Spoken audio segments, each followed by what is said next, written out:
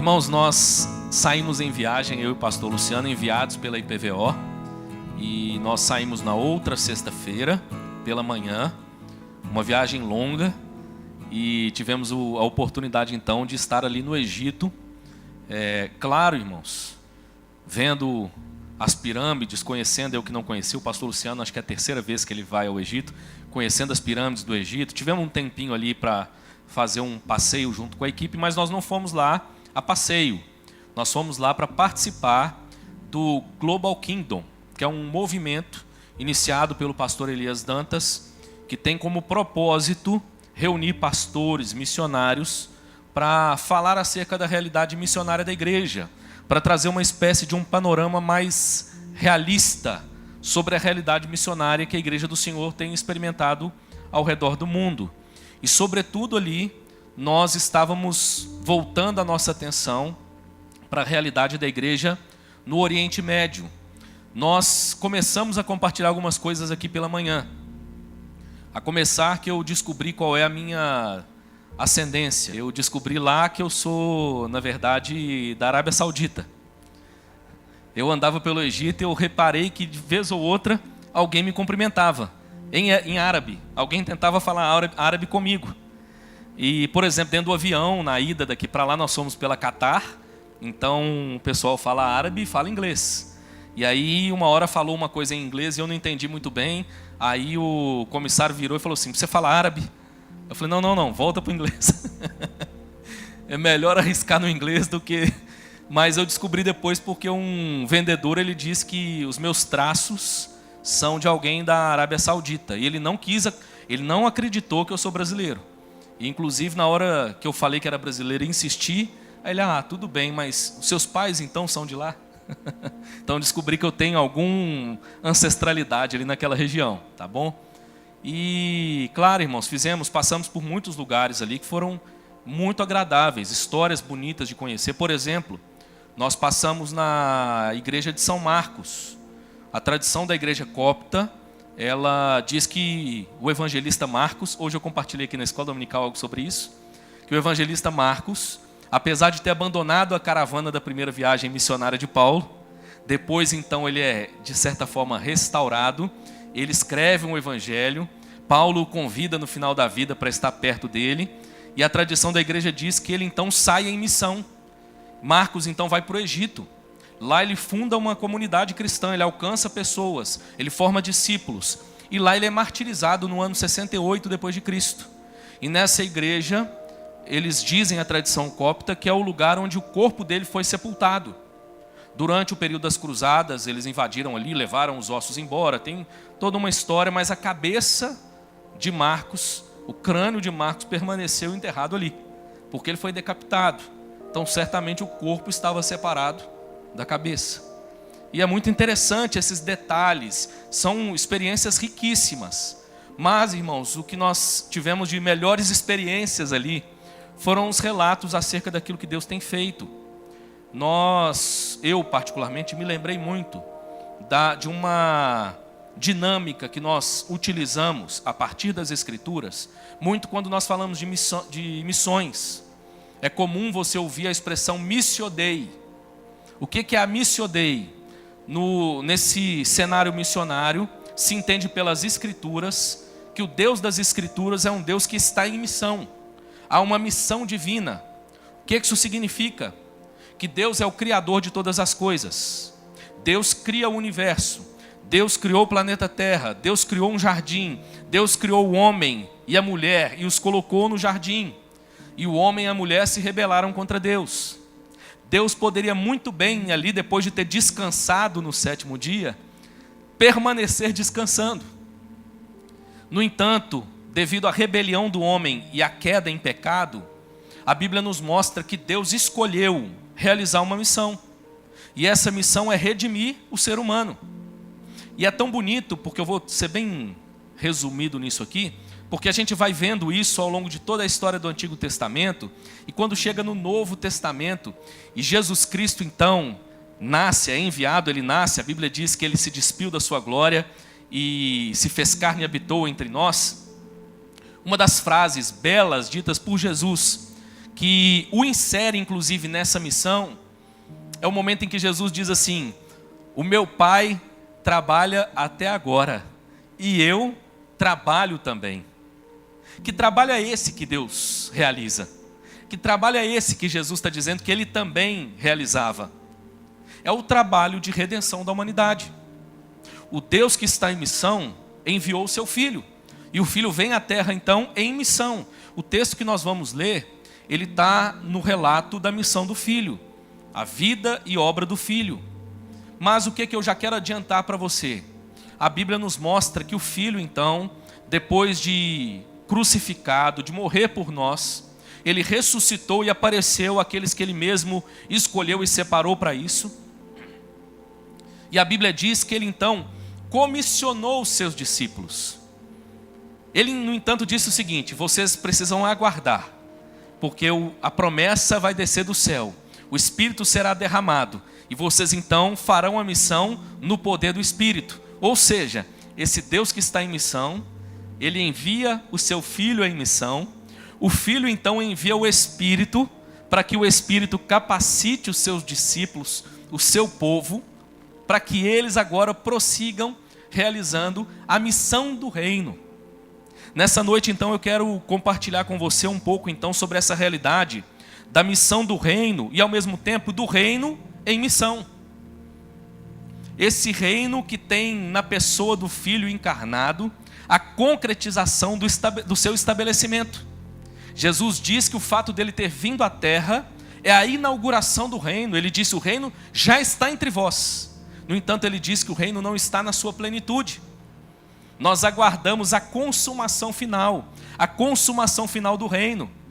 E esse é o período então em que o reino ele está em missão. Esse é o período então em que ser discípulo de Jesus, ser cristão, precisa ser entendido como um sinônimo de alguém que pertence ao reino, mas também de alguém que está em missão. E é interessante que quando nós chegamos no capítulo 4 do Evangelho segundo João, lá no início, o texto vai dizer que há uma desavença entre os discípulos de João Batista e os discípulos de Jesus. Há uma discussão sobre quem batizava mais. O ser humano é assim, irmãos. Nós somos megalomaníacos, nós temos mania de grandeza, nós gostamos de competir uns com os outros. E não foi diferente nesse primeiro momento com os discípulos de João Batista e os primeiros discípulos de Jesus. Estavam disputando qual líder era mais importante. Bobagem, porque capítulos antes nós vamos ouvir o próprio João Batista dizendo: olha, eu não sou digno nem de desatar as sandálias dos pés do meu Senhor. Então, irmãos, o texto diz que nesse momento Jesus ele deixa essa discussão de lado. E ele então se retira. E nessa retirada de Jesus, verso 3 do capítulo 4, vai dizer que ele está deixando a Judeia, indo em direção à Galileia. E o verso 4 vai dizer que era necessário atravessar a província da Samaria. O que acontecia? Havia uma questão geográfica. A Judeia e a Galileia eram separadas pela província da Samaria.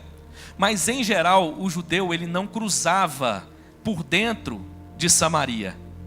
Em geral, quando o judeu se dirigia da Galileia para a Judeia ou da Judeia para a Galileia, muitas vezes ele atravessava o Jordão, ele dava uma volta para não passar por dentro da Samaria, por uma questão muito simples. Havia uma desavença muito grande entre os judeus e os samaritanos. Precisamos voltar de maneira rápida na história. Lá depois de Davi, Salomão é escolhido seu filho como rei de Israel, e logo após Salomão, nós temos uma desavença entre os filhos de Salomão, e ali o reino de Israel é dividido em dois. Nós temos o reino do norte, cuja capital então se torna Samaria, e o reino do sul, o reino de Judá, que tem Jerusalém como sede. O que acontece? O reino do norte foi o reino que perdeu alguns costumes, que abandonou digamos assim, o zelo para com a lei de Deus de maneira mais rápida. Então o que acontecia? O judeu ele se considerava o hebreu raiz. Era ele que era fiel com os costumes, com o mandamento de Deus. E ele então não se dava com o samaritano. Para ele o samaritano era idólatra, porque de fato houve um sincretismo muito grande no reino do norte. O que o texto está dizendo para nós aqui é que havia uma necessidade. Mas eu quero te dizer que essa necessidade era mais do que geográfica. A necessidade de Jesus passar por Samaria era missionária. Eu não vou falar sobre ela, mas basicamente o que vai acontecer aqui no primeiro momento então do texto é que Jesus, passando por Samaria, ele então chega cansado da viagem por volta do meio-dia e ele se assenta aos pés de um poço muito famoso na região. Provavelmente você conhece a história. Os discípulos então se retiram dali e vão até a cidade para procurar alimentos. Uma mulher então chega para pegar água.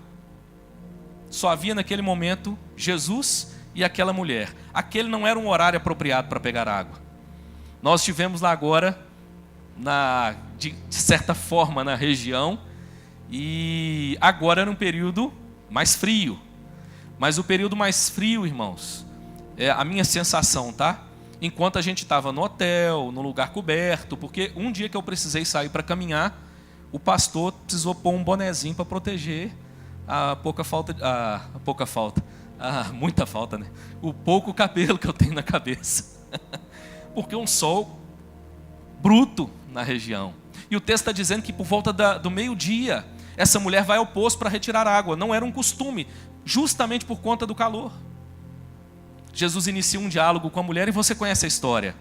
O diálogo termina com Jesus se revelando para aquela mulher, dizendo: eu sou. Ele diz que ele é o Messias. A mulher então, verso 27, ele vai dizer o seguinte, olha comigo por favor o texto. O texto vai dizer que neste ponto chegaram os seus discípulos e se admiraram de que estivesse falando com uma mulher. Todavia nenhum lhe perguntou, ou lhe disse: que perguntas? Ou por que falas com ela? Mas olha o que diz o verso 28. Quando a mulher deixou o seu cântaro, foi à cidade e disse àqueles homens: vinde comigo e vende um homem que me disse tudo quanto tenho feito. Será este porventura o Cristo? E o verso 30 vai dizer que saíram, pois, da cidade e vieram ter com ele aqueles samaritanos. O cenário até então aqui, depois nós vamos entrar no bloco do verso 31. O cenário então essa mulher ouve a revelação de que Jesus é o Messias. Ela ouve a revelação de que Jesus é o Cristo. Ela então deixa o seu cântaro. Isso aqui é muito simbólico na passagem. Lembre que Jesus ofereceu para essa mulher uma água e disse que a água dele era superior à água daquele poço. Ele disse que a água que ele oferecia seria uma fonte a jorrar para a vida eterna. Quando essa mulher deixa o cântaro ali, é um sinal muito claro de que ela entendeu que ela tinha uma necessidade maior do que aquela necessidade imediata de água.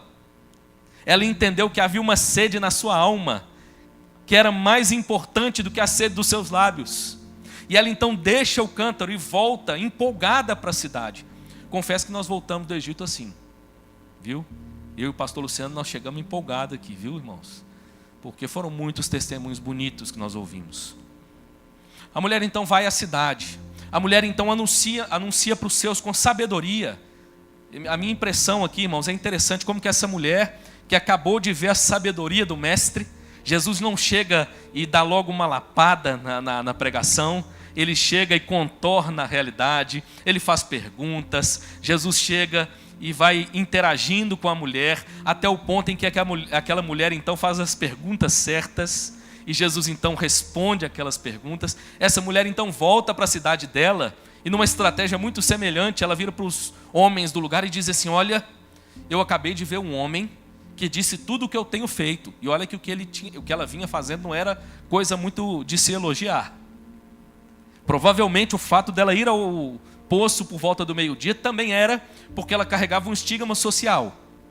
Então, de certa forma, era uma fuga daquela sociedade. Agora a mulher já não tem mais o que esconder. E ela volta e diz: olha, um homem me disse tudo o que eu tenho feito. Eu acho que ele é o Messias. Vocês não querem ir lá averiguar comigo?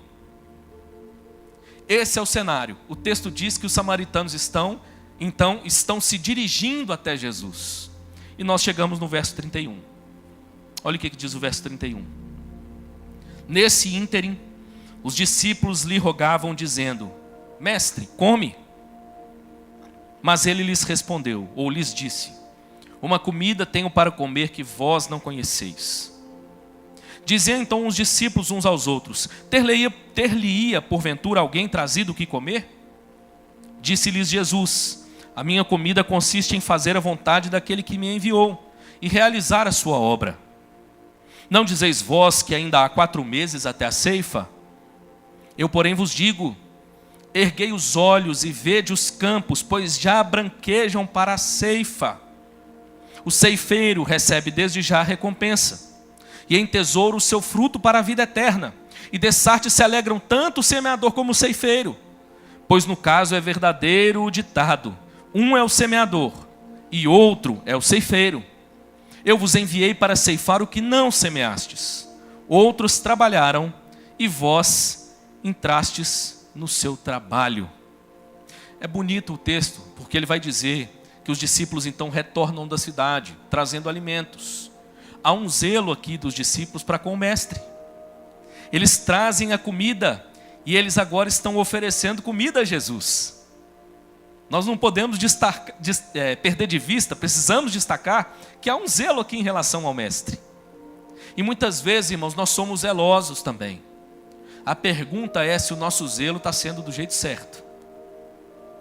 Se o nosso zelo, ele é um zelo, digamos assim, com a percepção correta da realidade. Eu preciso te dizer que essa visita ao Egito e tudo aquilo que nós vivenciamos ali, detalhe, talvez você ficou de casa esperando uma foto, um vídeo, alguma coisa e não viu a gente postando.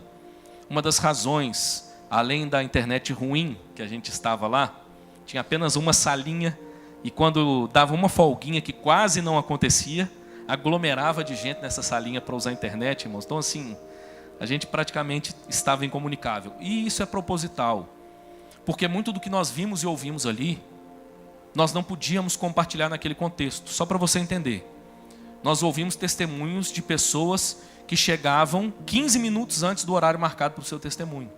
O carro encostava, a pessoa descia, ia lá na frente, ninguém podia filmar, ninguém podia fotografar. Ela dava o testemunho, às vezes, sem falar o nome real.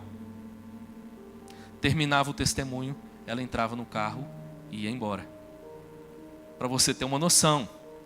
Mas o que eu quero dizer de maneira resumida? Porque nós vamos contar muita história ainda. De maneira resumida, a minha percepção, irmãos, é que lá, vivenciando isso e ouvindo histórias, pelo menos comigo, houve uma espécie de virada de mesa na minha percepção daquilo que Deus tem feito, sobretudo, nos países mais difíceis para o Evangelho, especialmente a região do Oriente Médio. Eu posso te dizer de maneira resumida, o Deus que estava em missão em João 4, continua em missão até hoje. E Ele tem feito a missão, inclusive, através do seu povo, da sua igreja. O reino continua em missão. Nós ouvimos histórias ali que, como eu disse aqui na escola dominical, para nós presbiterianos, às vezes, dá até uma dificuldade, irmãos. Que de repente a gente ouve um negócio meio diferente do convencional. Deixa eu te dar só um exemplo.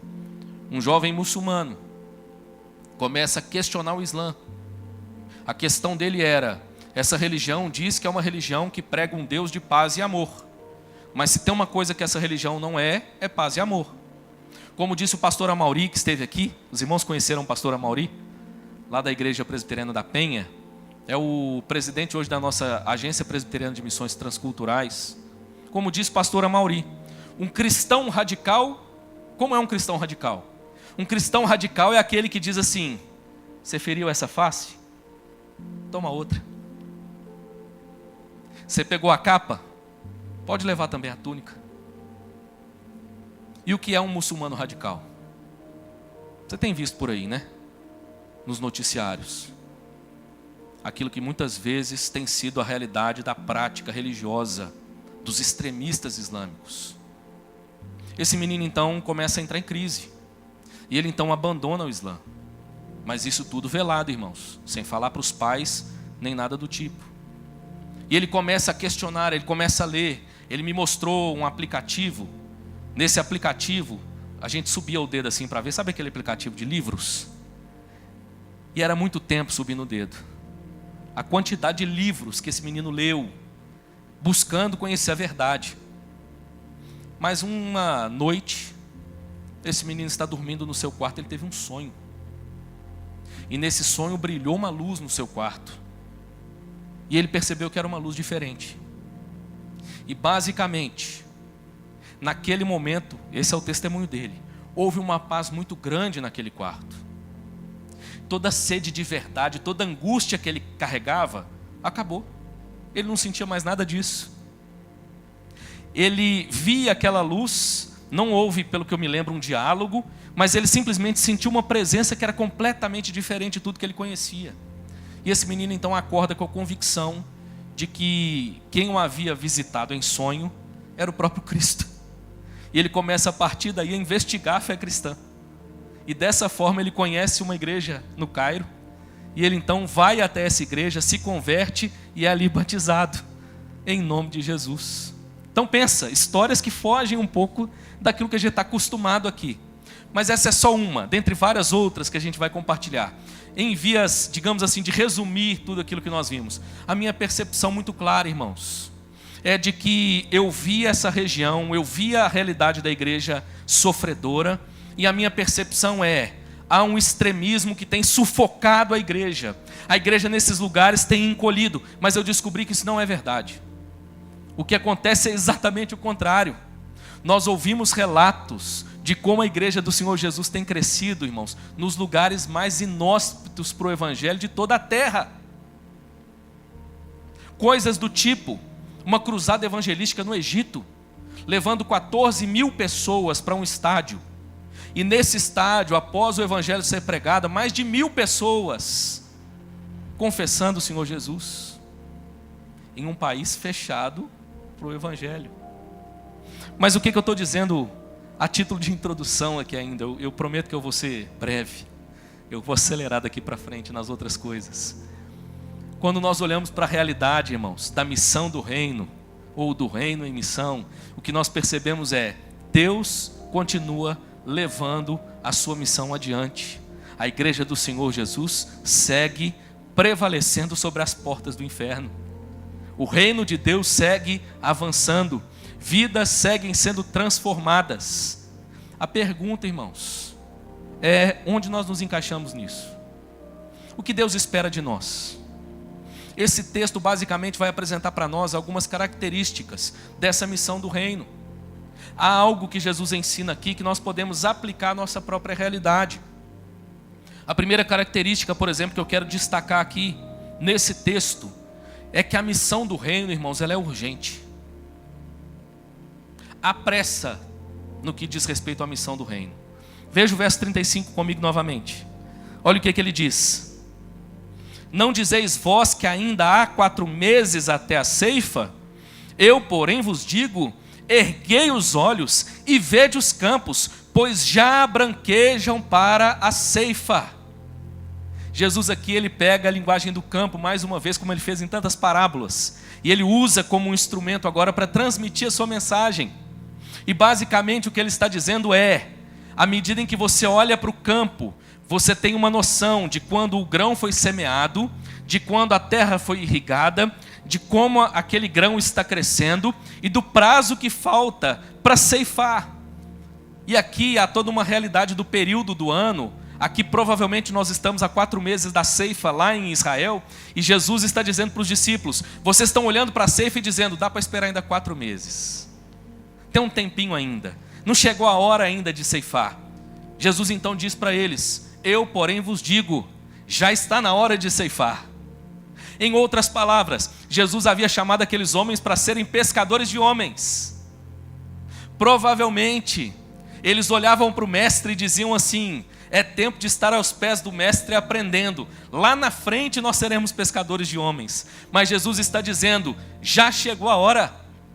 E é interessante que a figura de linguagem aqui, irmãos, ela é bonita. Ela convida a erguer os olhos. E na medida em que eles erguessem os olhos, é mais ou menos essa figura, eles contemplariam os samaritanos que já vinham em direção a eles.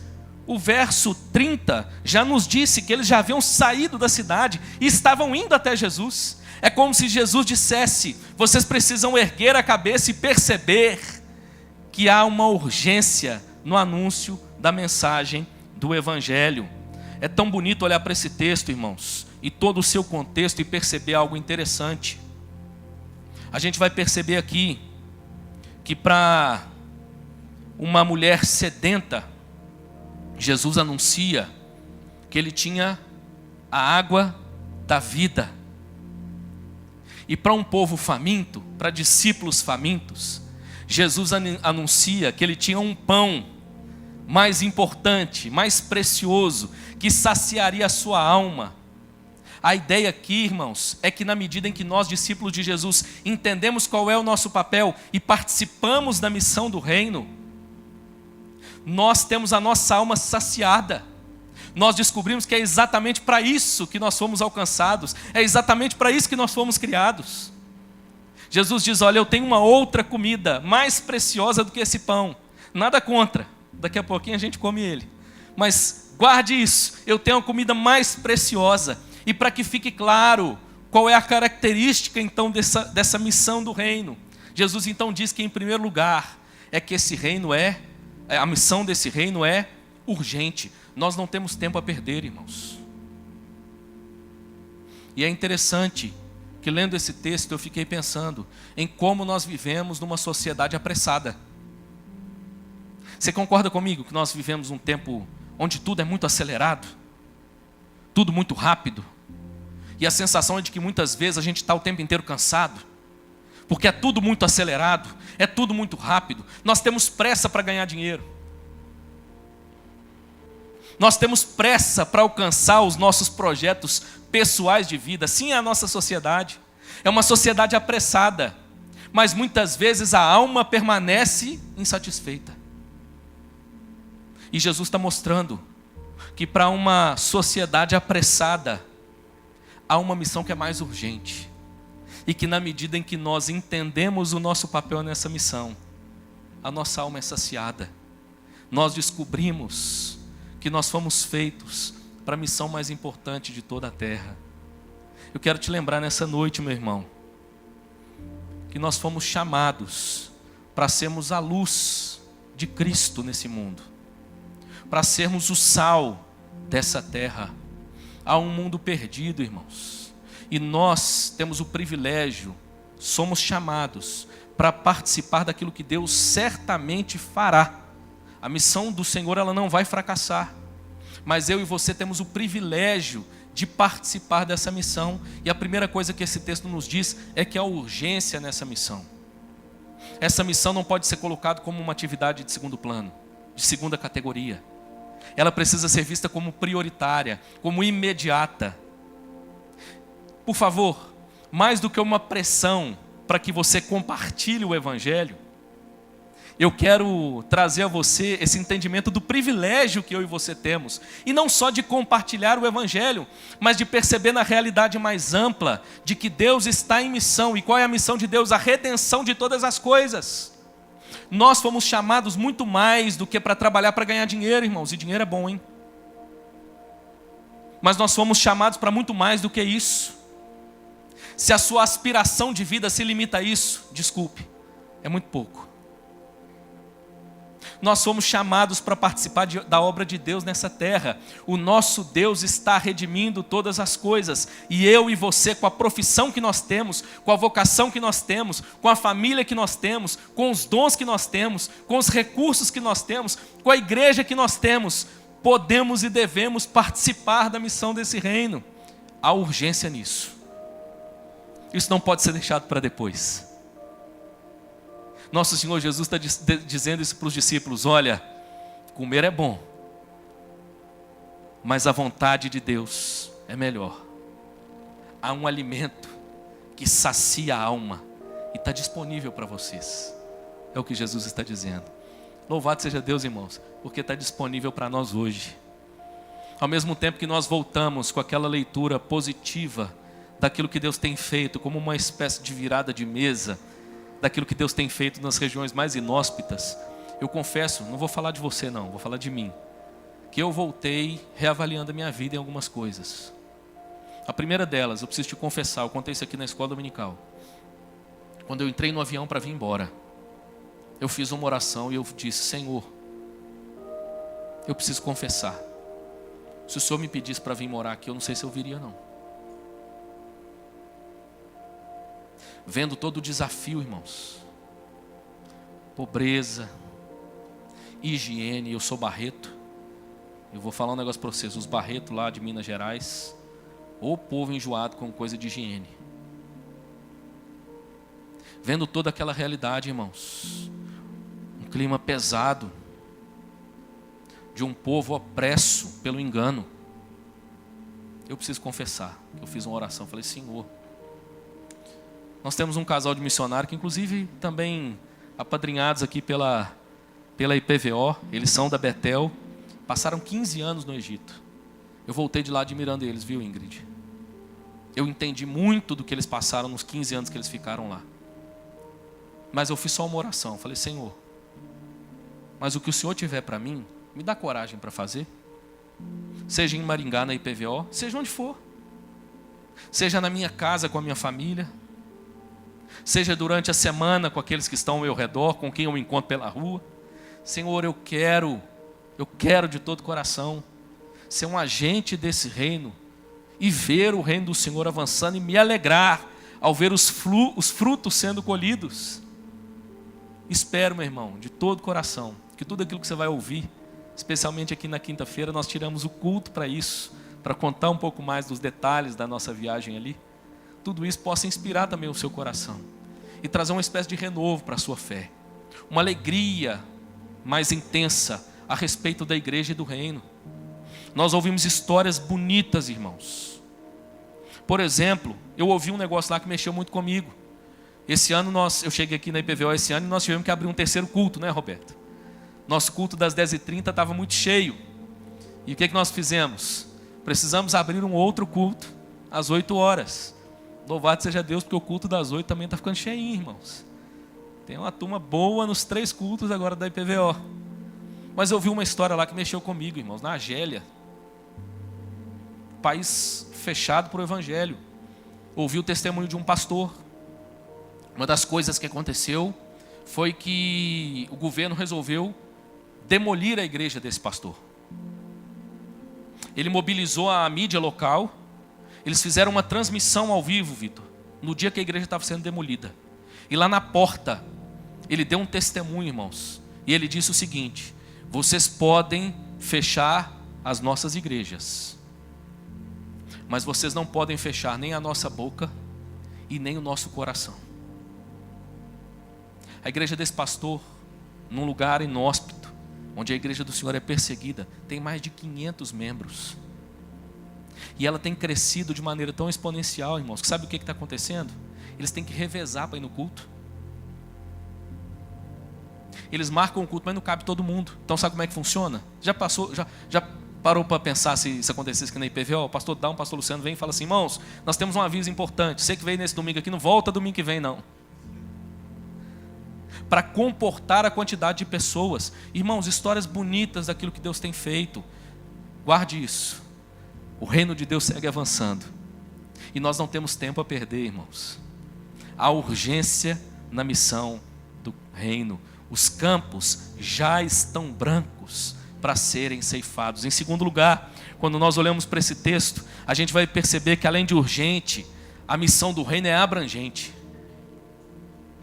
Ela não só é urgente, como ela é abrangente. Primeiro, o próprio texto vai dizer: erguei os olhos e vejam. A figura é bonita, como eu já disse. Para você entender melhor dentro do próprio contexto o que está acontecendo. Os discípulos de Jesus foram até a cidade, enquanto Jesus permaneceu no poço. Jesus no poço vê uma mulher samaritana. Jesus então prega o evangelho. Jesus então se mostra, se revela para aquela mulher. Aquela mulher então é transformada pela graça de Deus, pela graça do evangelho. Os discípulos vão à cidade e voltam até Jesus. E o que é que eles trouxeram da cidade? Comida. A única coisa que eles conseguiram enxergar naquela cidade foi comida. Mas Jesus está chamando os discípulos a perceber que a realidade era mais abrangente. Jesus está dizendo o seguinte: prestem atenção. Os campos já estão brancos para a ceifa. Ergam os olhos. O nosso problema, irmãos, é que muitas vezes a nossa visão está limitada. Deixa eu te dar um exemplo. Dentro da própria passagem, nós estamos ouvindo aqui nesse contexto de uma mulher que foi alcançada por Jesus. Essa mulher era uma mulher samaritana. Deixa eu te contar um pouquinho do contexto disso aqui na passagem. Uma mulher samaritana nesse contexto era considerada uma menstruante perpétua. Isso significava que, para a tradição judaica da época, ela era impura perpetuamente. A Mishnah hebraica, ela é uma espécie, as principais obras do judaísmo, uma espécie de interpretação rabínica mais famosa do judaísmo, da lei e daquilo que as pessoas deveriam fazer, das regras que elas deveriam obedecer. Ela tem 6 principais divisões. Uma dessas divisões é dedicada quase que exclusivamente sobre as regras que as mulheres deveriam obedecer. Quantas para os homens? Nenhuma. Basicamente, o que você vai encontrar ali? Na seção sobre a impureza, existem 79 parágrafos legais sobre a contaminação ritual causada pela menstruação. Ou seja, para eles a menstruação gerava uma série de problemas que causava ou tornava a mulher impura para adorar a Deus, para participar da vida religiosa. E guarda o que eu disse lá no início. A samaritana era considerada uma menstruante perpétua. Havia nessa época, inclusive, dentro do contexto do judaísmo, existem tradições que afirmam isso. Lamento quando nascia uma menina. Havia lamento porque a filha ou porque o bebê não era um menino. Jesus rompe com tudo isso. Jesus vai até uma mulher, e não era uma mulher qualquer, era uma mulher samaritana. A própria mulher fica incomodada com isso. Quando Jesus faz uma pergunta, ela diz assim: como você perguntas a mim, uma mulher samaritana? Obviamente, pelo costume do vestuário, ela olhou para Jesus e percebeu que ele era um judeu. E ela se incomoda porque pela primeira vez, provavelmente, um judeu se dirigia a ela a palavra. Lembre-se, meu irmão, a missão do reino, ela é abrangente. As ideologias, a cultura, a sociedade no meio da qual nós vivemos, ela divide, ela segrega. Mas o reino, irmãos, convida a todos os povos, convida a todas as classes de pessoas, em todos os tempos, para que venham conhecer o Salvador do mundo. A missão do reino é abrangente. Eu quero te dizer que quando eu olho para esse texto, eu sou exortado a perceber que há muito perto de nós que pode ser feito. Nós vivemos muitas vezes numa realidade perto de nós, irmãos, de segregação, de separação. E nós somos chamados como cristãos, como agentes desse reino, a anunciarmos esse reino a todos os homens e mulheres, a todas as pessoas. Somos desafiados a perceber, por exemplo, que de repente o desafio do reino está dentro da sua casa. E você pode ser o instrumento de Deus para que o evangelho seja conhecido dentro do seu lar. Pai, não perca a oportunidade. Prega o evangelho para os seus filhos. Ensine os seus filhos a servir a Deus. Ensine os seus filhos sobre Jesus. Ensine os seus filhos sobre a palavra de Deus. Percebe essa realidade mais abrangente. Uma das coisas que nós percebemos lá, irmãos, é que existem alguns povos que são estigmatizados. Por exemplo, o pastor Luciano citou um deles aqui pela manhã. Nós ouvimos a história de uma menina egípcia, 24 anos, convertida do Islã ao cristianismo. Agora ela fazendo missões no Oriente Médio. Ela então foi para um povo específico. Esse povo específico tem cerca de 1 milhão de pessoas no mundo hoje que se dizem parte desse grupo. A maioria está num país específico. Esse povo então é conhecido como adoradores de Satanás. Eles têm toda uma teologia e uma tradição que remonta ao zoroastrismo, remonta às religiões, o ocultismo persa antigo. Tanto cristãos como judeus e muçulmanos consideram esse povo adoradores de Satanás. E o que acontece? Esse povo é perseguido ao longo de toda a história por causa disso. Essa menina vai para lá. E ela vai trabalhar num campo de refugiados desse povo. Uma das histórias mais tocantes que eu ouvi. O primeiro grupo de meninas com quem ela trabalhou e para quem ela pregou o evangelho foi um grupo de meninas que foi raptada pelo Estado Islâmico. Essas meninas foram levadas. E elas depois quando chegaram ali, deram um testemunho. Cada uma delas pertencia a 5 homens que as abusavam diariamente. Eles retiraram os sapatos, chinelos. Essas meninas não podiam usar nada nos pés, porque era a forma de garantir que elas não fugiriam para o deserto. Mas elas fogem descalças para o deserto. E depois de uma jornada extremamente cansativa, elas conseguem chegar em um determinado lugar onde elas são abrigadas. É ali que essa menina vai para pregar o evangelho. Pastor Elias Dantas disse que chegou lá, logo que essas meninas vieram. Que essas meninas rolavam no chão, gritavam, quando elas lembravam do que aconteceu com elas naquele campo de abuso. Mas olha que bonito, irmãos. Deus alcançou alguém lá no Egito, levou para essa comunidade, para pregar o evangelho. E hoje, todas essas meninas são servas do nosso Deus. Foram alcançadas pela graça do evangelho. Um povo que para muitos era inalcançável, adoradores de Satanás, mas que ali hoje tem um grupo de pessoas servindo e adorando ao nosso Senhor e Salvador Jesus Cristo. Tem alguém que você considera difícil? Tem alguém perto de você que você olha e fala assim, não, esse aqui é impossível. Não, fulano, esse aqui não tem jeito. Meu irmão, para Jesus sempre tem. O reino de Deus é abrangente.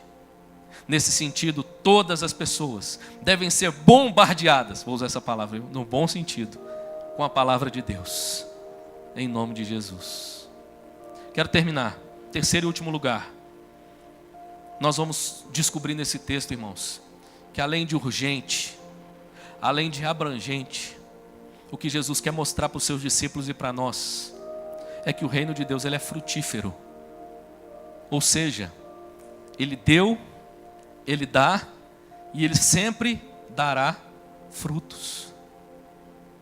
Você tem uma certeza que eu e você devemos nutrir no nosso coração, é de que nós, como agentes do reino de Deus, anunciamos um Cristo vivo, e esse Cristo vivo alcança o coração das pessoas e transforma o coração das pessoas.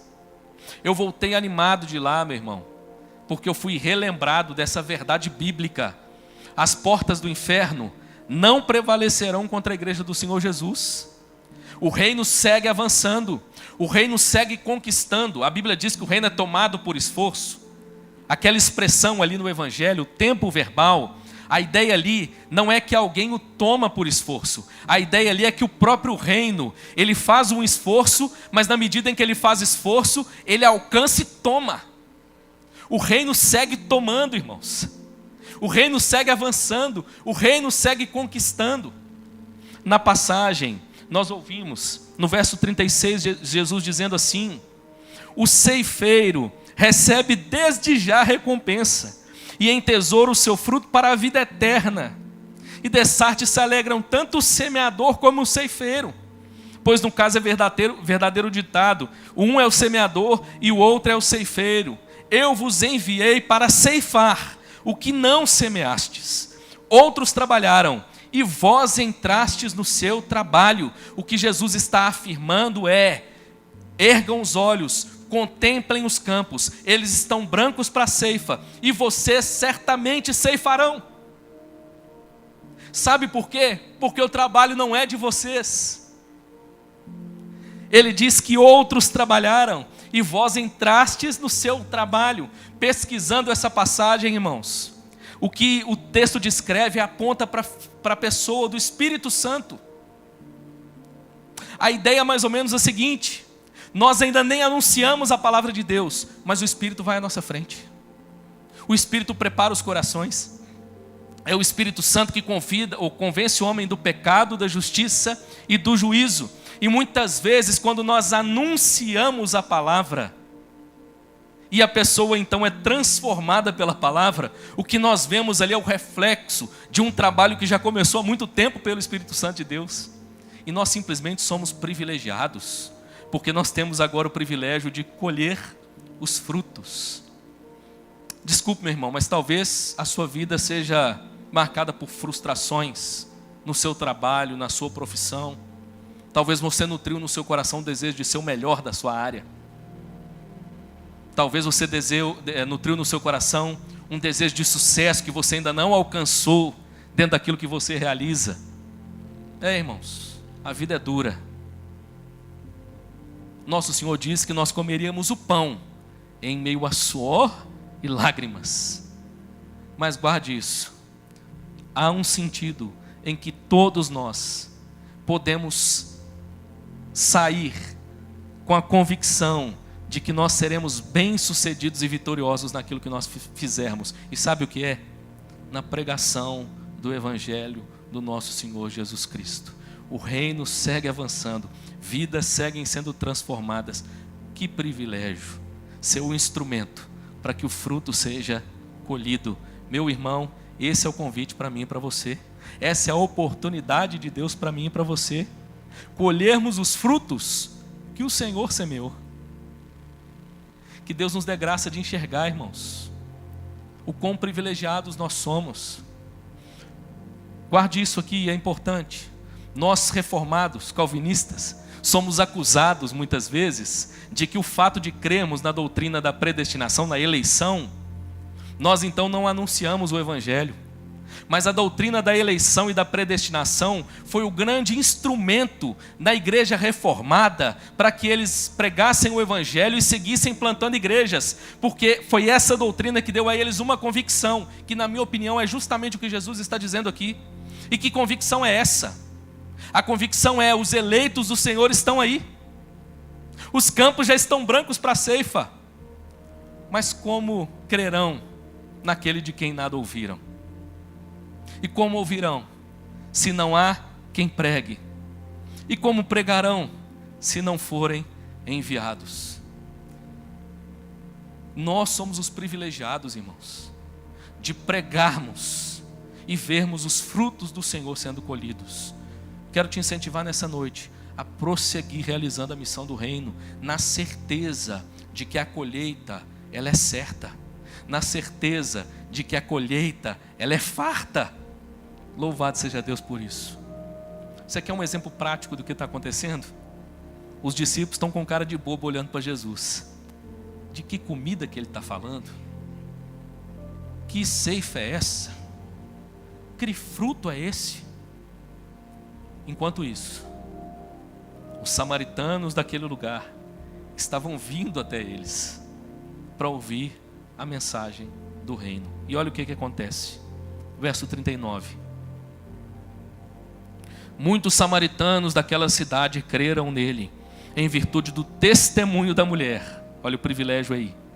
Que anunciara: ele me disse tudo quanto tenho feito. Vamos seguir esse bloco. Vindo, pois, os samaritanos ter com Jesus, pediam-lhe que permanecesse com eles. E ficou ali 2 dias.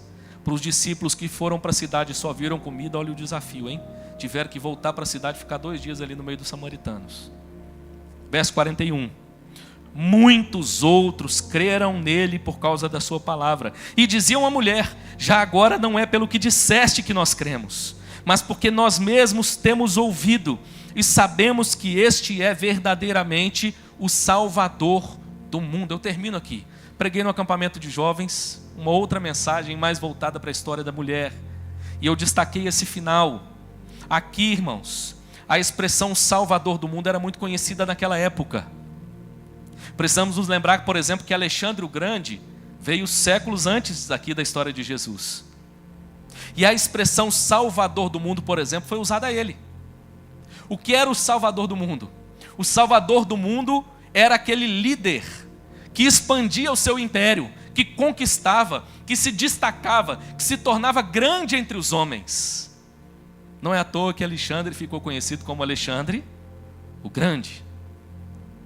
O que esses homens estão dizendo é: perto desse que está aqui diante de nós, perto de Jesus Cristo, todos os outros são fichinha. Este é que é verdadeiramente o Salvador do mundo. Que Deus nos livre, irmãos, das idolatrias do nosso coração.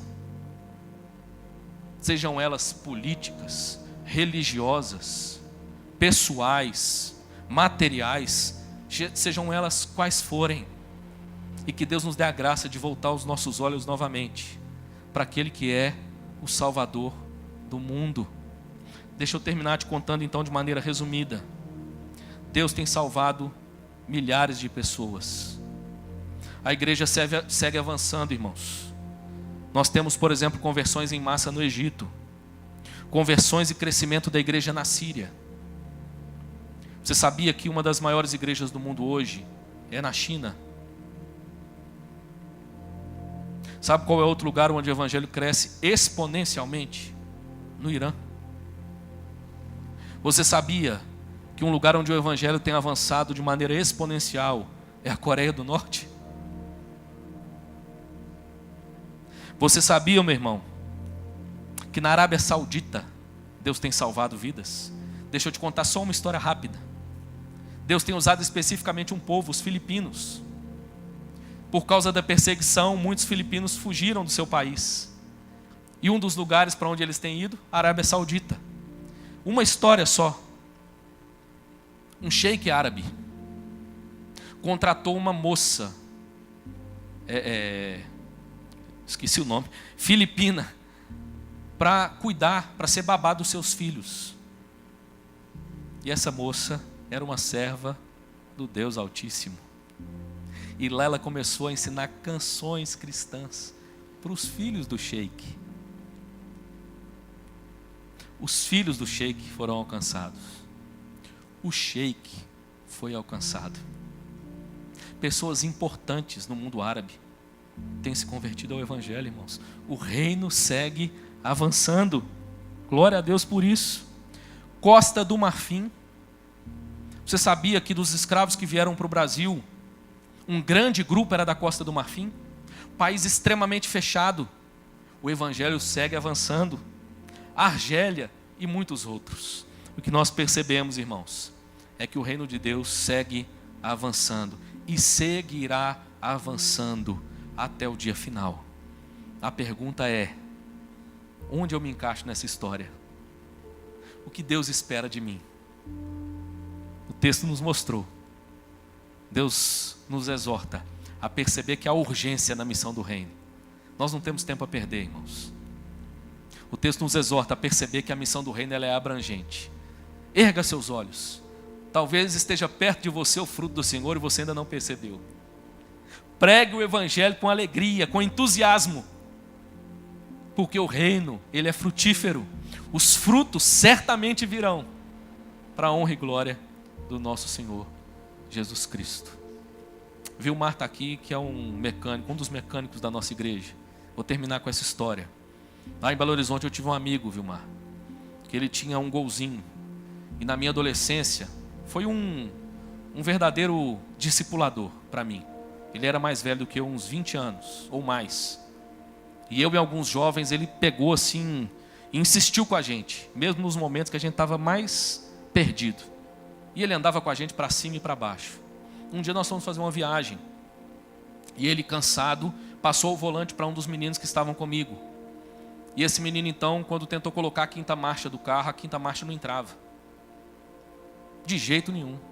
E perguntou para ele, ele chama Rodolfo, falou: Rodolfo, você não tinha percebido não? O seu carro não está entrando a quinta marcha. Ele virou para ele e disse assim: meu carro tem quinta marcha? Ele não sabia, irmãos, que o carro dele tinha uma quinta marcha. Você está entendendo por que ela não funcionava?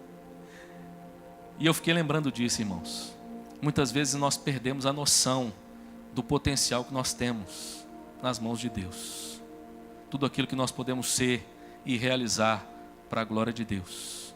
O Senhor te chamou, meu irmão, E Ele tem uma obra para realizar através da sua vida. Isso não é jargão, não é ou pentecostal. Isso é uma verdade das Escrituras. Veja o reino avançando. Se disponha a participar dessa obra do Senhor, em nome de Jesus. Dá uma lubrificada nesse câmbio aí. E vamos avançar em nome de Jesus. Amém?